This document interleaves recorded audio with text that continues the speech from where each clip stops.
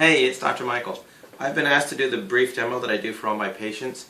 I like to explain the dangers of soda if you're in a healing crisis and compare it to some other waters and just show exactly what it does. I also want to show some of the dangers that are associated with tap water. So for instance, we're going to take tap water and we're going to fill these two things here real quick. You can see they come out of the same jug. Now what you'll see is that it is loaded with the chlorine drops. These are just the straight chlorine drops from Enagic. You know, people are like, oh, I used too many drops. You know, it makes it brighter. It shows up. Let me get you to stick 3 fingers right in there all the way to the bottom. There you go. We'll take a couple minutes here. Now, most people like to drink Dasani, or I liked Aquafina. Some people do Smart Water, things like that. So I was just going to do a quick comparison of these two.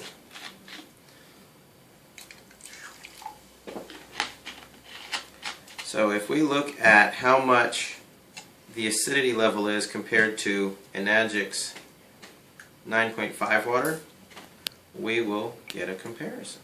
Now this, mind you, is just water from Dasani. It is not soda. You'll see that the colors are all real similar. Here's the 9.5 water. And yeah, this is what I do probably 4 or 5 times a day when people ask me why they shouldn't drink sodas. You can tell from the pH chart that this is about 10.0, 11, 9.5, somewhere in there. This is the soda, Sprite. You can tell its acidity level is way down at the bottom of the chart. And surprisingly, this is Dasani water, one of the more common bottled waters. So what it does is it is an extreme acid. If you're trying to have available oxygen, hydrogen, and antioxidants in your water, what you're going to run into is, if you think, oh, I'll just drink 1 soda a day, what you're doing to contaminate your system. So, for instance, if you're drinking water from Dasani, it rebalances out pretty quickly. It'll bounce up, gets it done. If you do the same thing with soda, though, you'll find that it doesn't change hardly at all. In fact, with this 32-ounce glass of water, it only takes a capful to start destroying that water and turning the whole thing acidic. You can tell that it does it pretty quickly.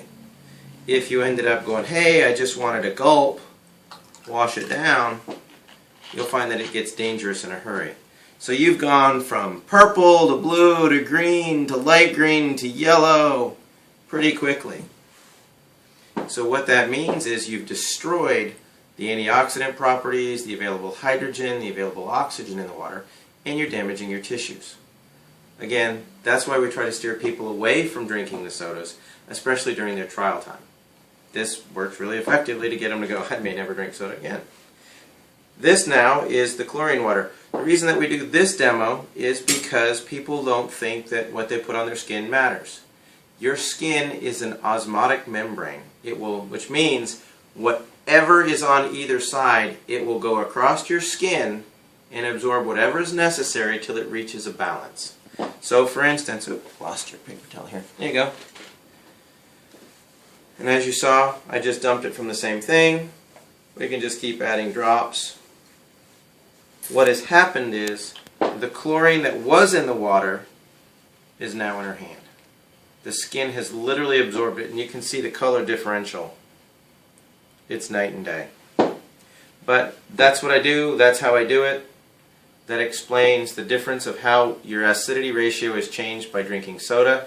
Most people go, well, I'm not going to drink enough of that water to change the acidity. You don't have to. If you add baking soda to this, it'll go right back to alkaline, which is the same as if your body pulls calcium bicarbonate out, and it'll pull that calcium from your bones, and you can get osteoporosis and things like that. So there you go. Again, it's Dr. Michael, just trying to explain how acidity and chlorine affects the body.